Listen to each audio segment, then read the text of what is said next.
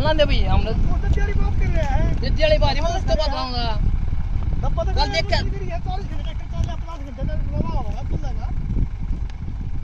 Service क्यों ये किसकी बोलिए रे कल कराई है एक सर्विस है भाई दोनों का फर्क पड़ जा रहा है मेरी तेल का भी भाई सारा फर्क पड़ेगा। कम की बोरिया क्या होता है भरा है जापा लेवल का साफ हो जाए और क्या है जो लोड बनाई बरते ना गोड़ी में चला रहे सरवाला भी बोला मैं इन्हें चलावा दे बैंगन करेगा ये 3 साल का है गोड़ी जान सरवाला में देखो तो इतना राउंड ऊपर रहना चाहिए जब दिक्कत है तो किस का राउंड ट्रैक्टर का सही ड्राइवर भी है ना ये चोर का राउंड तो इतना ऊपर रहना चाहिए लेवल तो और नॉर्मल सी बात है मेरे भाई, गोड़ी खाली चल लगी एकदम भरेगी तो ट्रैक्टर तो हंगामा मानेगा। ये बड़े बड़े चलावा आती है कितनी खाली करा तो